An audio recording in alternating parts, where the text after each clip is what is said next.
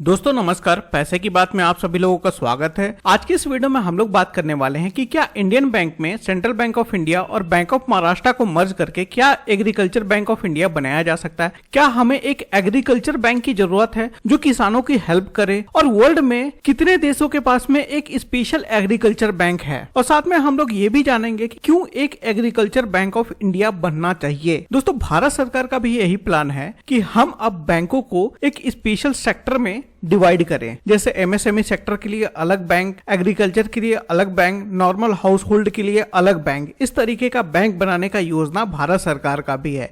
यदि हम कृषि की बात करें तो भारत में लगभग 41% के आसपास में लोग अभी भी कृषि के ऊपर डिपेंडेंट है, और ये अभी लगातार ग्रो भी हो रहा है। ऐसा एक बार कम हुआ था, इसके बाद में फिर अब कृषि पे डिपेंडेंसी लोगों की और बढ़ती जा रही है। लोग अब जॉब के बजाय में कृषि करना ज्यादा प्रेफर कर रहे हैं। तो बढ़ती हुई कृषि अर्थव्यवस्था के कारण हमें एक एग्रीकल्चर बैंक की नीड है। देखो अभी तक जो एग्रीकल्चर बैंक की नीड है वो ज्यादातर कोऑपरेटिव बैंक और साथ में जो रीजनल रूरल बैंक है, जो ग्रामीण बैंक है, वो सॉल्व करते आ रहे हैं, लेकिन उनका साइज काफी छोटा है। यदि आप बड़े किसानों की बात करोगे तो बड़े किसानों को ये लोन दे नहीं पाते ठीक से, और यदि छोटे किसानों की बात करोगे तो छोटे किसानों को ये लोग लोन देना प्रेफर नहीं करते, क्योंकि उनको लगता है कि पैसा डूब जाएगा, और बड़े किसानों को देने के लिए इनके पास में फंड नहीं है। और देखो कृषि लोन की यदि बात करोगे तो केवल यहाँ किसी भी प्रकार का बीज या फिर फर्टिलाइजर के लिए ही जरूरत नहीं पड़ता, बहुत सारे कृषि के इक्विपमेंट आते हैं, उनके लिए भी जरूरत पड़ता है। तो उनके लिए एक स्ट्रांग बैंक होना काफी ज्यादा जरूरी है। तो यदि हम इन तीनों बैंकों की बात करें तो यदि आप देखोगे तो इनका कृषि क्षेत्र में काफी अच्छा योगदान रहा है। स्पेशली बैंक ऑफ महाराष्ट्र का, इन्होंने लगभग 10 लाख से ज्यादा यहाँ पे क्रॉप लोन बांटे हुए हैं, और इनका योगदान, ये डेटा इनकरेक्ट हो सकता है, लगभग 22-25% के आसपास में इन बैंकों का योगदान है कृषि क्षेत्र में। और यदि आप मर्जर के बारे में, यदि आप कोर बैंकिंग सॉफ्टवेयर भी देखोगे तो तीनों का कोर बैंकिंग सॉफ्टवेयर सेम है, तो मर्जर इनका आसानी से हो सकता है। जैसे कि इंडियन बैंक भी यूज करता है टीसीएस का बैंकेस, और सेंट्रल बैंक ऑफ इंडिया भी यूज करता है टीसीएस का बैंकेस, और बैंक ऑफ महाराष्ट्र भी बैंकेस ही यूज करता है। इवन एसबीआई भी बैंकेस यूज करता है। तो कई बार ये भी खबरें आ रही है कि सेंट्रल बैंक ऑफ इंडिया और बैंक ऑफ महाराष्ट्र को एसबीआई में मर्ज किया जा सकता है।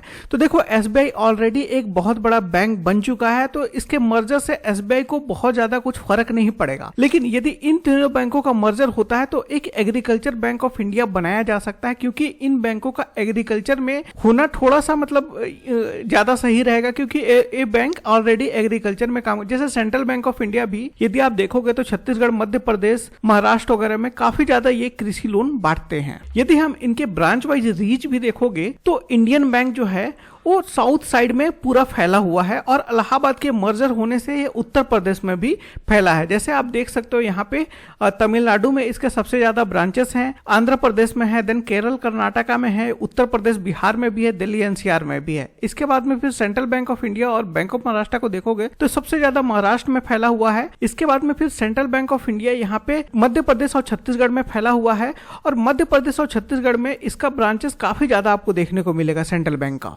गाँव में, शहर में, सब जगह आपको सेंट्रल बैंक का ब्रांचेस देखने को मिलेगा। इसके अतिरिक्त उत्तर प्रदेश, बिहार में, गुजरात, राजस्थान में भी सेंट्रल बैंक है। इसके अलावा बैंक ऑफ महाराष्ट्र गोवा, गुजरात में भी काफी ज्यादा है, मध्य प्रदेश, छत्तीसगढ़ में भी थोड़ा सा है, लेकिन उतने गांव वगैरह में ये नहीं फैला हुआ है बैंक ऑफ महाराष्ट्र, लेकिन सिटीज में, छोटे सिटीज में भी यहाँ पे अवेलेबल है। इसके बाद में फिर है कर्नाटका, आंध्र प्रदेश में। इसके बाद में फिर है नॉर्थ ईस्ट में भी बैंक ऑफ महाराष्ट्र के आपको ब्रांचेस मिलेंगे। इवन नॉर्थ ईस्ट में आपको इंडियन बैंक भी देखने को मिलेगा, और सेंट्रल बैंक भी नॉर्थ ईस्ट में थोड़ा बहुत प्रेजेंस अपना रखता है। इनके यदि ब्रांचेस को जैसे कंपेयर करोगे तो यदि तमिलनाडु की बात करें तो सबसे ज्यादा यहाँ पे इंडियन बैंक है, सेंट्रल बैंक का प्रेजेंस और बैंक ऑफ महाराष्ट्र का प्रेजेंस काफी कम है। इसके बाद आंध्र प्रदेश, तेलंगाना में भी इसी तरीके का आप डेटा देख सकते हो। केरल, कर्नाटका में भी कोई प्रॉब्लम नहीं आएगा। महाराष्ट्र में भी देखो बस दो यहाँ पे सेंट्रल बैंक ऑफ इंडिया और बैंक ऑफ महाराष्ट्र यहाँ पे सबसे ज्यादा फैले हुए हैं, तो थोड़ा सा यहाँ पे हो सकता है। बाकी किसी भी स्टेट में इनके मर्जर में कोई भी प्रॉब्लम नहीं होगा। तो यदि मान लो कि ये तीनों बैंकों का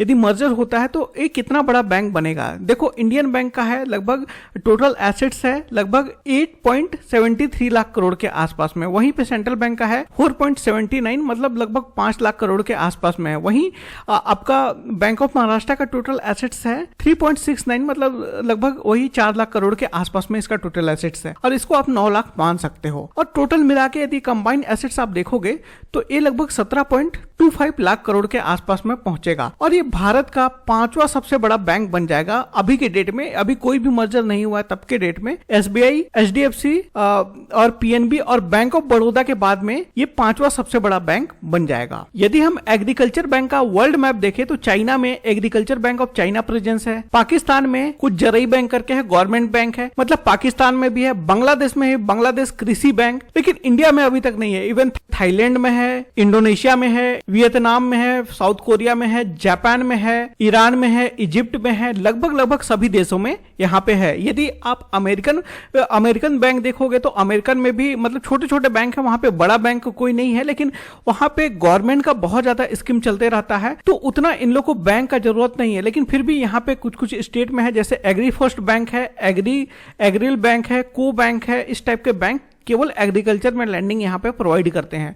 और यूएसए का मतलब ये छोटा भी बैंक एक बहुत बड़ा बैंक है। उसी प्रकार से यदि आप यूरोप में देखोगे तो फ्रांस में भी है। फ्रांस में आप क्रेडिट एग्रीकोल करके इसको बोलते हैं, ये भी बहुत बड़ा बैंक है, एग्रीकल्चर बैंक। और ये जर्मनी में प्रेजेंस है, और आपका इटली में है, स्पेन में है, पोलैंड में है। और आपको मैं बता दूं कि चाइना का जो बैंक है एग्रीकल्चर बैंक ऑफ चाइना, वो वर्ल्ड के टॉप 10 बैंकों में आता है। मतलब इतना बड़ा बैंक हो गया है कि वर्ल्ड के टॉप 10 में आता है। और SBI जैसे 5-6 बैंक मिल जाएंगे तब एग्रीकल्चर बैंक ऑफ चाइना को टक्कर दे सकते हैं। देखो पूरी दुनिया में एग्रीकल्चर बैंक अवेलेबल है, सिर्फ इंडिया को छोड़ के। इसलिए इंडिया में एक बड़ा एग्रीकल्चर बैंक की नीड है, ताकि वो सभी प्रकार के फाइनेंसेस कर पाए, चाहे वो छोटे किसान हो चाहे वो बड़े किसान हो। अब एग्रीकल्चर में बहुत सारा चीज आता है। देखो नॉर्मल यदि सुनोगे तो एग्रीकल्चर में आपको यही लगेगा कि क्रॉप के लिए लोन मिल जाए, खाद वगैरह के लिए लोन मिल जाए, ट्रैक्टर के लिए लोन मिल जाए, लेकिन बहुत सारे अभी इक्विपमेंट आ गए हैं, एग्रीकल्चर इक्विपमेंट, जो कि किसानों के लिए जरूरी है, जो फसल का उत्पादन लगभग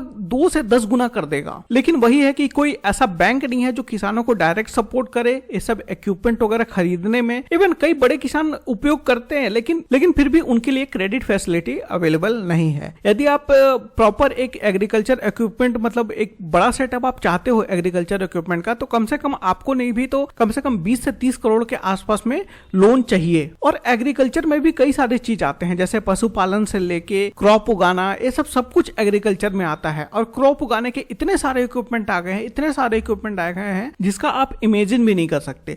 तो इसीलिए छोटे हो चाहे बड़े किसान हो, उनको सपोर्ट करने के लिए एक एग्रीकल्चर बैंक की नीड है। यदि इंडियन बैंक में सेंट्रल बैंक ऑफ इंडिया और बैंक ऑफ महाराष्ट्र का मर्जर होता है तो शायद ये नीड पूरा हो सकता है। तो दोस्तों इस वीडियो में बस इतना ही। आई होप आपको ये वीडियो पसंद आया होगा। यदि इससे रिलेटेड कोई भी अपडेट आता है तो मैं सबसे पहले चैनल पे अपलोड करूंगा। यदि आपको ये वीडियो पसंद आएगा तो वीडियो को लाइक कर दीजिएगा, साथ में इस वीडियो को अपने फ्रेंड एंड फैमिली के साथ में शेयर कर दीजिएगा, साथ में चैनल को सब्सक्राइब कर लीजिएगा, और सब्सक्राइब करने के बाद में बेल आइकन को दबा दीजिएगा, ताकि जब भी कोई नई वीडियो अपलोड हो उसकी नोटिफिकेशन आपको मिल पाए।